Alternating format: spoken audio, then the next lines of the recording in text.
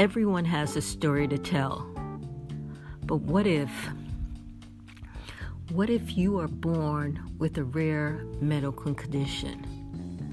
How do you adjust? How do you live a life? How do you go on when you find that your daughter, your only child, has it also? Listen to her story, a story of triumph, a story of strength. Welcome to Today's Woman. I'm Dr. Rahman, and I have the pleasure of having a very special woman with me, and she has agreed to share her story. To share her story not because it's so common, but because her story is very uncommon, and she talks about navigating that situation for herself and then subsequently for her daughter. Right. So thank you for sharing your story. Good afternoon. You're welcome. So, can you tell us the beginning of the story? So you want to start with me? Please. Okay. So I was diagnosed with hereditary spherocytosis. I think at age 5, and then I had a splenectomy at age, I want to say maybe 6, and then I just kind of went through my life not really knowing much, right? Running into a lot of doctors who didn't really know much about it, and not really finding out a lot of information about it until I had my daughter, who was diagnosed with it at birth, actually. Yeah. Question, did you know your condition was genetic at the time that you were pregnant? No. Okay. And for essentially all of us, can you explain what hereditary spherocytosis is? Okay, so it is a blood condition where your red blood cells are sphere-shaped instead of round, and they get stuck in the spleen. So any virus, cold, illness, the spleen becomes enlarged. Well, they get stuck in the spleen, and the spleen becomes enlarged, and the fear is that the spleen will rupture. So you usually end up having to, sooner than later, have a splenectomy. And any fever, after the splenectomy, any fever over 101, you have to be admitted, you have to be observed for 24 hours and receive IV antibiotics. But it affects the red blood cells, and you can become jaundice. Oh, and I forgot to mention the other day too, puts you at high risk for gallstones. So we always have to watch out for gallstones. It's not painful like sickle cell. Like, you don't get a crisis, there's not pain, but a lot of the treatment is the same, and you're followed by hematology as well, like you are with sickle cell. Okay, so there may be a couple of people are nervous right about that. How do you know? Now, again, let me just say this name. It's hereditary, meaning that it's transmitted from parent to child. Yes. And spherocytosis. Spherocytosis. And that refers to the shape of the red blood cells, yes, which is abnormal. Yes.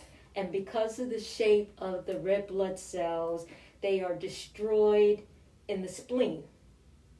Yes. And as a result of the red cells being destroyed, someone becomes very anemic. Yes. All right. Yes. So that's hereditary spherocytosis. Yes. All right. Yes. That's a lot to say. So how, because it's rare, how does someone know if they have it? I have no idea. So when I was coming up in 80s, right? I was born in 1980. So in the early 80s, when I was diagnosed with it, I'm only going to speak for myself, it was not called hereditary. They did not refer to it as hereditary spherocytosis. Are you saying that in 1980 they didn't even realize it was hereditary? Not to my knowledge. Now you have to remember I was still a little kid, okay, but it was called spherocytosis. That was it. The hereditary part wasn't part of the name I didn't find out it was part of the name until I had my daughter. And then they said, well, you know this is hereditary. Well, no, I never knew that. No one ever told me. I asked questions when I found out I was pregnant, throughout my pregnancy, even during delivery. They kept saying, you'll be fine. You know, it'll be fine. You'll be fine. No, it won't affect your pregnancy. You'll be fine. Do you think that's because you were being dismissed or because some other reason? I can't even think of what another reason might be. Well, I know a lot of doctors that I've come in contact with, because when I was about 12 or 13, I moved to New York, and I lived in New York for a while, and then I moved back to Philadelphia. And they just didn't know what it was. I had one doctor go get a medical journal and kind of look it up.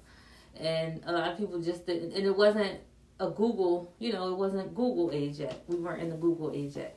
So a lot of people just didn't know what it was. And I wasn't followed by a hematologist the way that I should have been. So I just went to my, my regular appointments. And I would ask, and they would say, oh, no, you'll be fine. The baby will be fine. It doesn't affect your pregnancy. You'll be fine. And so I said, okay. Okay, let's back up a little bit. You said you realized you had this condition when you were 5, 6 years old? Yes. How did you realize you had the condition? My pediatrician that I was going to at the time at one of the free clinics in Philadelphia, my blood count was always low. I think my baseline, my hemoglobin may have been, I think my baseline was like a 6, 7. Okay, and we should say normal range is usually above 11. Right. And so she, mentioned to my mother, she wanted me to go see a hematologist, and I just remember going to Children's Hospital and doing all these tests, and then them telling us that I needed surgery. I needed to have my spleen removed. And then I had my spleen removed. And at that time, no pain. It was just the anemia that brought you to the hospital. That I remember, yes. So after having your spleen removed at the age of 6, any other follow-up needed, or was the problem fixed? Or So no, I was closely followed by Children's Hospital, the hematologist, and the primary. I switched everything over to Children's Hospital, so I no longer went to the clinic. Everything was at Children's Hospital. I was closely followed, and then so that was about 7. So I think I had my spleen removed about 7 years old. I was in 2nd grade, I think. Do you remember, did you think, now that my spleen's been removed, I don't have a problem anymore? Or what was your level of, I know you were 7, so it's hard to talk about what you understood at 7, but if you can think back, what were your parents telling you, or what kind of impression did you have about your condition? So it was more so, don't get sick, be careful, at the time, the medicine I had to take was penicillin twice a day. Every day? Every day, because you don't have a spleen, so you need something to fight off infection. You need something to do what the spleen normally does. Recently, within this last couple of months, after taking my daughter to her her hematology appointment, finding out that penicillin is no longer needed. They're finding that it's causing more harm than good. So, but at the time, you take folic acid, you take 2 penicillin a day, 1 in the morning, 1 at night. Try not to get sick and be careful. That was what I remember. But I was about 6 or 7, and then when I was 9, my mother got really sick. She died when I was 10, and so the care level wasn't the same because my grandmother was taking care of her, taking care of me, and then so we kind of like fell off. Growing up, did you feel like you were a sick child, or could you pretty much do whatever you wanted to do?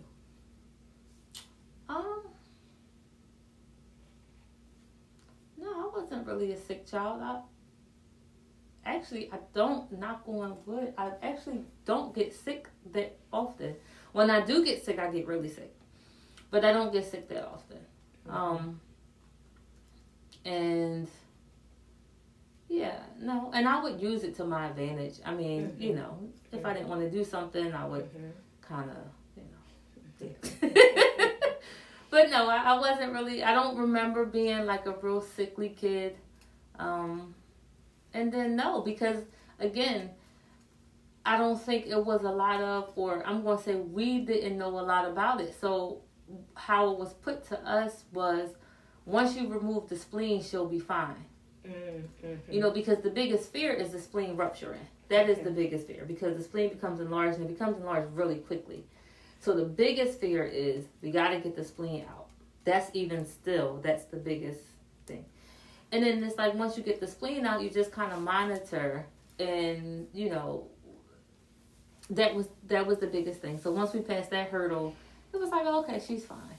All right, so we now say it's hereditary. Mm-hmm. Was there anyone in your family before you that had a blood disorder or had spherocytosis? We don't know about the spherocytosis, just because I don't think anybody was ever tested for it. Mm-hmm. We do have a family history of sickle cell and sickle cell trait on both sides. Both of my parents had sickle cell trait. I only have the trait, which normally, you know, two parents have the trait, the child has the disease. I only have the trait. And my daughter now has the trait as well. But my husband does not have the trait. He doesn't have it. So. Right. Oh, my. Yeah, right? Yeah, so that's a lot to handle. So basically, if I'm understanding you, it was a bit of a surprise when you were 6 and 7, but the thought was, my spleen has been removed, I should be okay. You know, the worst is not going to happen because we don't have to worry about the spleen rupturing because she doesn't have a spleen, and just live your life. Yes. Right. Yeah, pretty much. All right. And so you do, and you get pregnant. Right. And you're thinking, you're saying, but everyone's saying you'll be fine. Right. How did you realize that your daughter was affected? So, had her via C-section. So, had her on a Saturday. Maybe by Monday, they were saying, you know, her bilirubin levels were really high. They couldn't get them to come down. So, they started the light treatment. And we did maybe 1 or 2 days of the light treatment, and nothing. They were still high.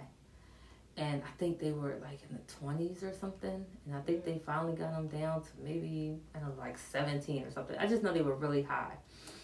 And so it's time for me to be discharged from the hospital. And now they have her in the NICU, like under the lights. She can't leave the room, anything. And I just happened to be in there talking to one of the NICU doctors, the neonatologist, and he's saying, you know, we're trying to figure out what's wrong.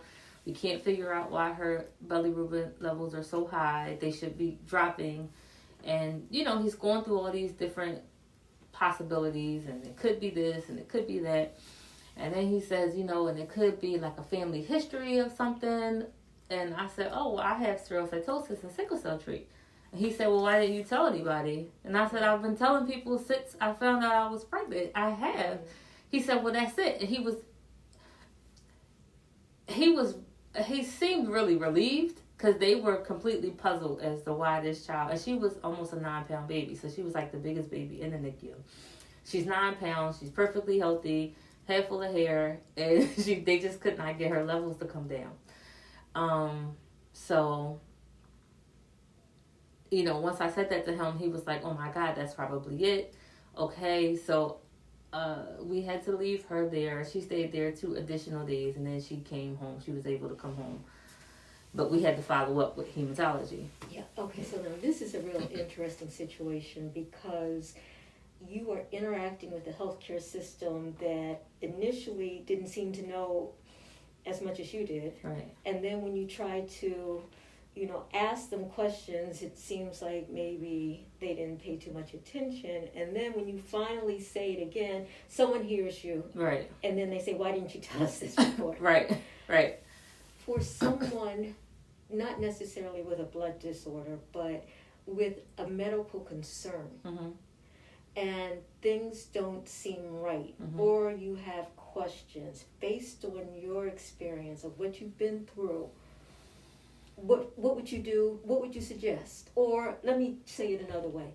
Knowing what you know now, would you have done something differently during your pregnancy or delivery or postpartum?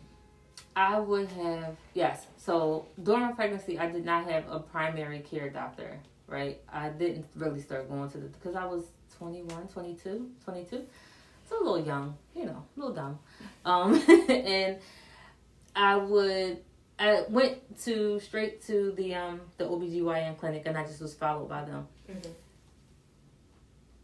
I should have reached out to a hematologist on my own and tried to, because I knew from being a kid I was followed by hematology, right? Gotcha. So I should have just trusted my instinct and just reached out to hematology on my own.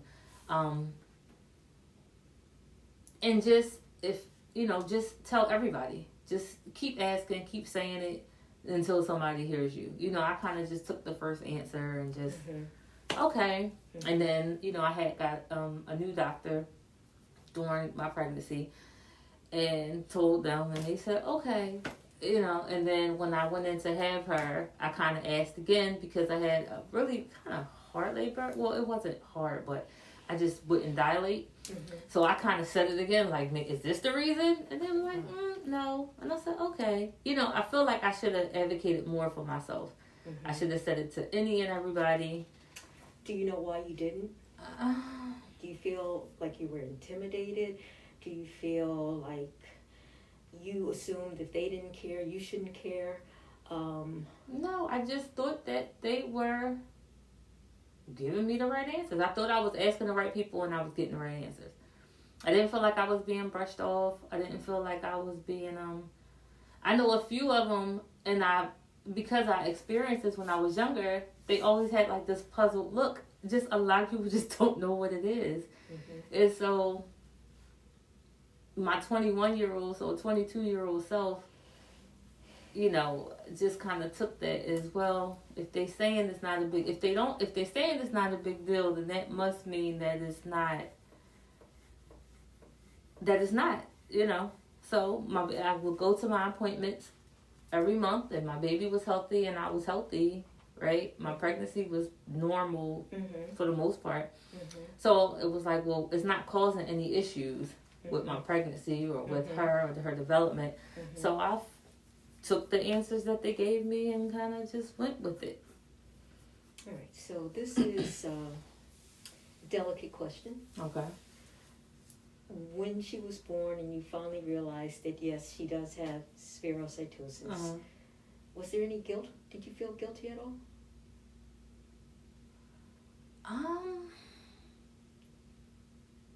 Or maybe guilty is too much of an emotionally laden word. Felt responsible for her condition.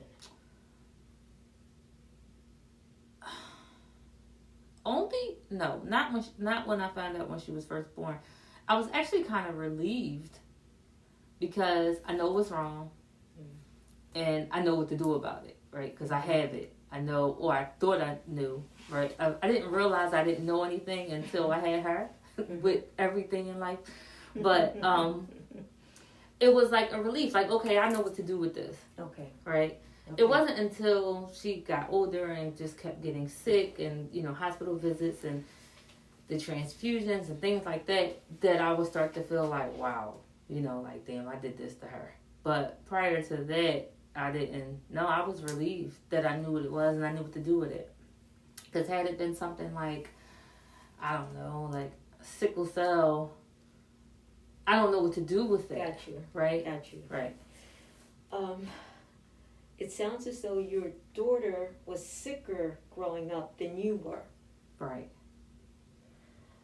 And so that would present with her getting a fever or anemia. Mm-hmm. And how would that be treated?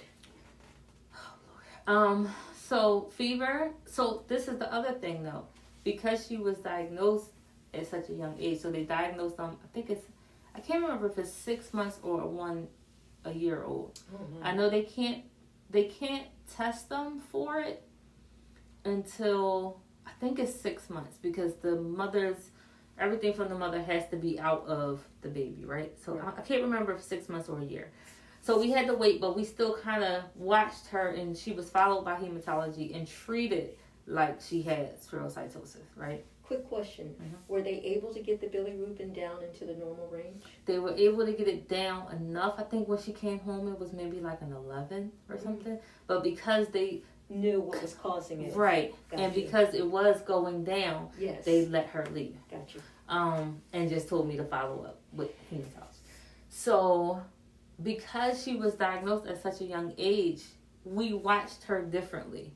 Like when I was little, if I had a fever, right, you get some soup, you take some Tylenol, you go lay down. Right. And then you just get over it. But because we knew what she was dealing with, see, they didn't know what I was dealing with till I was about 6.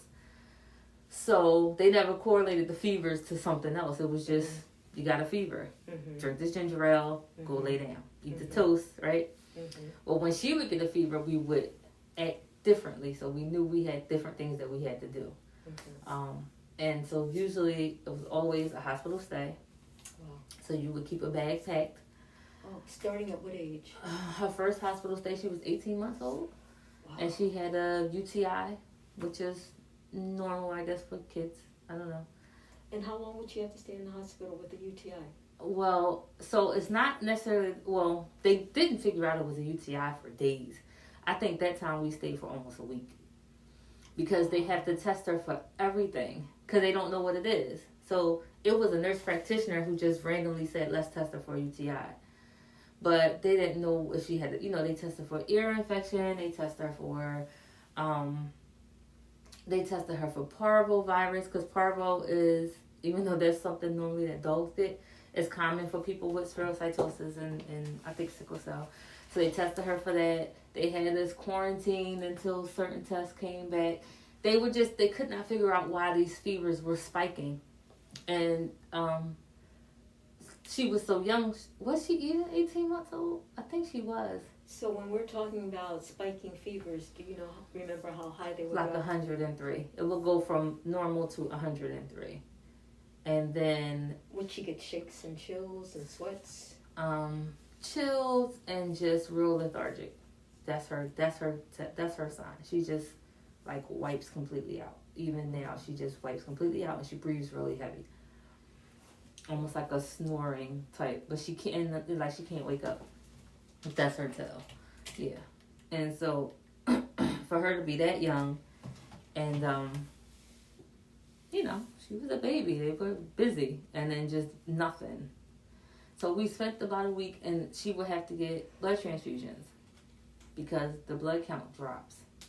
So she would get transfusions. And God, then it just, we were playing. So did you have concerns about, this is in the what year is this? So she was born in 2003. 2003. So this might be 2005. So there's less of a concern about blood transfusions in your mind, because there was a point where... Yeah. So when I got my transfusion, the little boy, was it Brian White or something? Yes.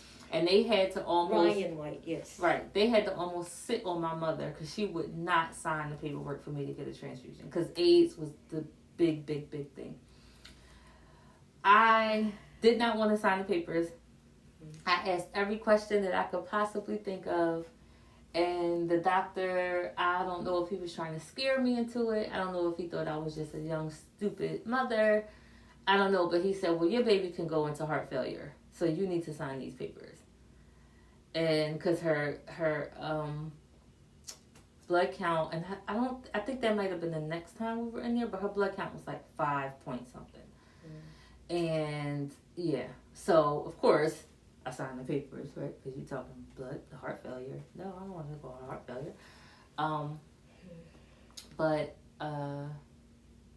Yeah, of course, because you read the paperwork and it's still on there: AIDS, hepatitis. We could possibly give her the wrong blood type. Yes. So then you're thinking, well, can you take my blood and give it to her? Well, you're not the same. And they can't take my blood because I have the same condition. So, right? My husband doesn't know his blood type. And they're like, we don't have time for that. We have blood already. Just sign the papers. But she's You're fine. You're laughing, but that sounds like that must have been so traumatic. It was, but, I don't know. I always say it'll be a funny story one day. Everything that you think is horrible, it'll be a funny story one day. And that was like a funny story. And so, given that she started getting sick at a relatively relatively young age. Did you already plan, okay, when she turns 6, we're taking her spleen? So they wanted to do it. We started planning for her splenectomy. Oh God, was it 3-4 years old? Oh my! And every time we would schedule it, something would happen. So the first time we scheduled, she may have been, I think maybe 4. The first time we scheduled, and me and my husband are both business owners, so schedule the surgery. A few weeks out, you do all the pre-op stuff. I closed my business for a week. He closed his business for a week, right? And you go in, and this particular time, the first time, she had this cough. And I didn't realize that she had the cough until I went to give her some cough syrup and realized that the bottle was empty. And then I realized I've been giving this girl cough syrup every night for how long, right? No fever, no, because we're always worried about fever. And her doctors taught us how to feel for her spleen. You're not supposed to be able to feel your spleen. Mm-hmm. So if you feel the spleen, you kind of measure it with your finger. So we feeling for the spleen and we checking for fever. It's nothing. She's fine. She just got this little cough. No problem. So maybe about a week before surgery, I take her to the doctor. And her doctors, they're great. They're a little neurotic, but they're great. And her doctor said, let me send you for some x-rays. And I'm like, okay, I got to get back to work. Okay, go for x-rays. Come back down, and she said, you see that little dot right there? I still to this day never saw the dot, but I was like, okay. She said, that's pneumonia, and so we have to cancel the surgery. So cancel surgery, put on antibiotics, go to who did we go see? Anesthesiologist, I think we had to go see. And they was like, well, we have to cancel. You can't intubate anybody that has pneumonia, right? So we had to do that. She had to be off of antibiotics, I think, for maybe a month or weeks or something, and then go back and retest and make sure. So that got pushed. Second time we tried to do it, something happened. I don't remember what happened. I can't remember what happened, but it got canceled. Third time we scheduled it, she had just out of the blue, day before the day or 2 days before the surgery, her blood count just dropped to about a 7. And they didn't want to do it anything under, I think, an 8 or a 9. Because her baseline at that time was like a 9. Mm-hmm. And it just dropped. So I think we actually did the surgery the 4th time. And so we used to make jokes. Like, we're not going to tell her. We're not going to tell her that she's having surgery. We're just going to take her to the doctor because she always finds some way to get out of it. So she was about, when we finally did it, she was 6 getting ready to turn 7, or she was 7 already. I think she was 7. She was 7 already, and she was in the 2nd grade. Yeah. Wow. Yeah. So as the mother of a child who's in and out of the hospital, as the mother of a child who has to have surgery, what would you tell a mother facing that situation? Oh, God.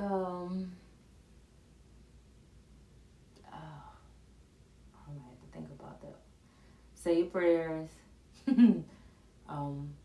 Ask every question that you can think of. No question is too stupid. I remember when we went in that morning for the surgery, and I asked the anesthesiologist, how did you sleep last night? And he started laughing. He was like, but I slept really good. I was like, okay, then cool. We're good. Like, I just want to make sure you had a good night's sleep, right? Try to schedule your appointments, your surgery early in the morning, early in the week, so that nobody's really tired. I don't know. I would really have to think about that one, because I don't even know how to advise it. But I don't know. Just trust your intuition.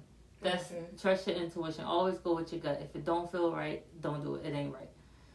It was a few times I had like little, but the day of, I was fine. My husband was a mess, but I was fine. And I was like, well, she's going to be good. Because I didn't get that, that feeling. I didn't get that feeling. I just, okay, she'll be fine. He slept good. Everybody was highly recommended. The surgeons were highly recommended. Yes. She has a really, really, really good team. Her primary doctor and her hematologist, they've been her doctors since she was a newborn. And I really trust them So when they recommend certain things or don't recommend certain things, and they talk to me like a parent, and they talk to me as a parent, and they talk to me like, they trust my judgment too. I mean, they're family for all practical purposes. Right. And they respect my decisions on certain things. They respect they've called me from the craziest places. One of her doctors called me one time during Mass, and I heard the choir in the background singing. I'm like, where are you? She's like, I'm in Mass, but I just wanted to call you and check on you. The connection is really, they've given me listen, call me whenever, do this, no, don't do that, do this. And so when they recommended these surgeons and the anesthesiologist and said she really needs this, I was like, okay, if they telling me to do this, I need to do this. Wow. Yeah. So and also that's the other thing. Make sure you trust your team. Make sure you trust them. If you don't like it, go somewhere else. You don't have to stay there. Absolutely. Yeah, that's a good advice. So now, that baby, how old is that baby now? The baby is 17. She'll be 18 in December. Fantastic. Oh, my gosh. Yeah. And her life is essentially normal at this point? She's had a splenectomy. What kind of precautions does she have to take at this point? She still has to take her folic acid. They've gotten rid of the antibiotics, but she does have an emergency antibiotic in case she gets a fever and cannot get to the hospital within 2 hours. But the plan is always the same. If you get a fever of 101, you have to go to the emergency room. So that's, she's 17 now, she's in college, and of course she is enjoying her freedom. I'll put it that way. But I still kind of stay in her ear, you have to make sure you take your vitamins. You have to make sure you eat well. Don't eat a lot of fatty foods because they'll cause gallstones. You have a high risk for gallstones. You want to keep your immune system up as much as you can because you're in this, even in high school and traveling on public transportation, but you're in this circle where people are doing what they want to do, right? So you have to protect yourself. You have to keep your immune system up. And that's, say my prayers and make sure she take her vitamins. That's all I got. All right, which brings us to... That's all I got. The pandemic. Oh, God. And the precautions and the care, how is it different from what anyone else might do? So, we have always been germaphobes. And then having a child that was sickly, it became even a little bit worse because we deal with the public and we're close with our customers, right? So I'm a little bit of a nervous wreck. In the very beginning, both of our businesses were shut down, so we were in the house, and I was a little happy about that. Probably shouldn't have been, but I was happy because I kept everybody in the house. And then when I realized that's not realistic, but nobody was allowed to come in. You had to come in, you had to change your clothes, you had to wash your hands. I had Lysol cans by the door. You had to spray the packages. You had to spray yourself. Yes, it was, but I am a germaphobe. I do not. Now, that's the way you were last year. Are you that way still? You could come in the house. You have to have a mask on. I will spray behind you when you leave. We had to have some work done in the house, and it was really bad. I was really freaking out because one of the guys walked through the house without a mask on, and it was bad. But my daughters, I have a stepdaughter as well. My stepdaughter has asthma, so we were worried about both of them. Yes. But they're germaphobes now too.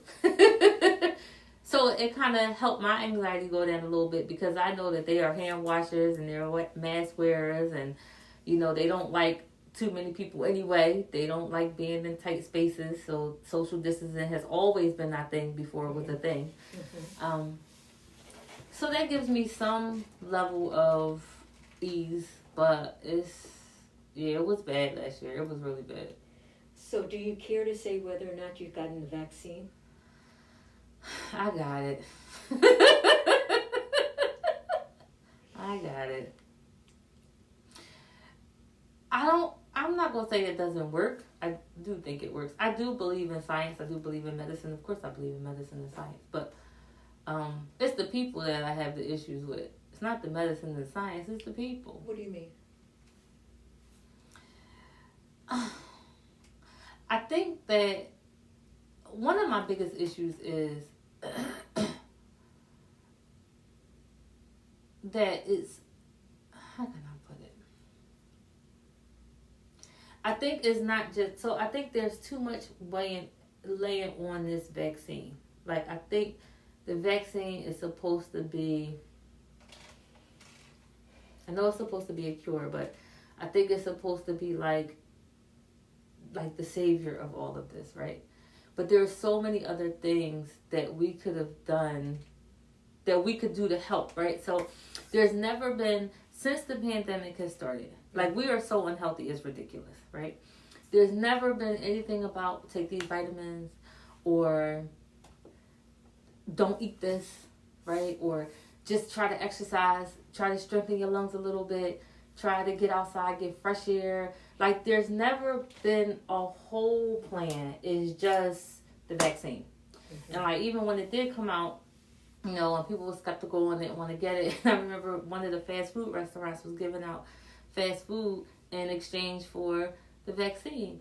Where if we weren't eating the fast food like we are, and we weren't 600 pounds, maybe we wouldn't, you know what I mean? Like, and so that really kind of pisses me off. Like, I believe in medicine. I have gotten vaccines. There's some that I don't get, some that I have gotten. You know, you heard my story. I mean, I trust doctors. I trust them. Yes. But come on.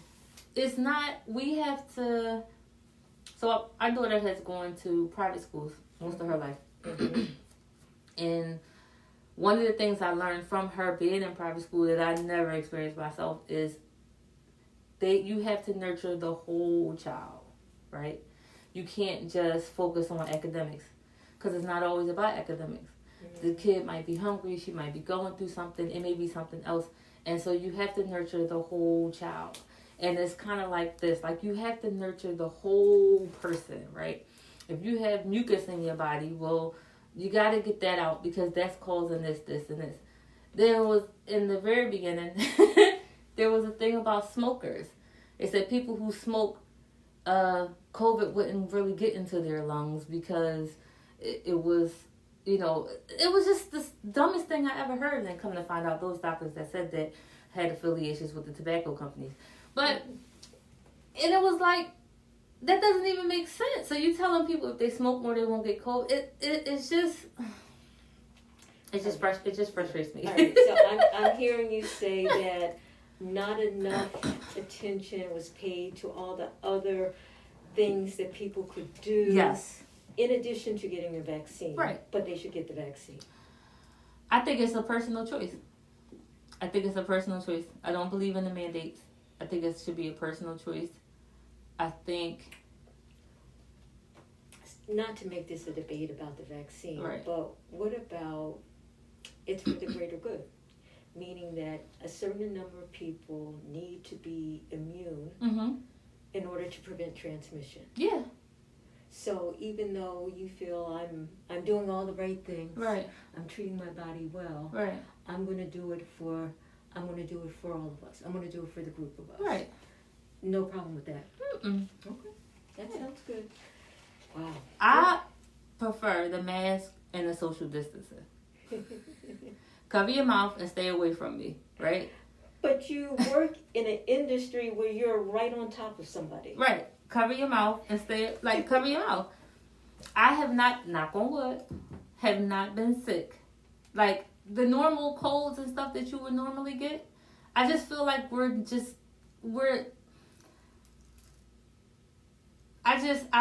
I prefer the mask, and I think I'm going to keep it on, even like at work, even if it goes away, so even at work, because I just realized it's like I can't believe I've been breathing on you all these years, and I've let you breathe on me. Absolutely. Right? I just can't believe we've been. We go to restaurants, and I can't believe they've been breathing on our food all these years.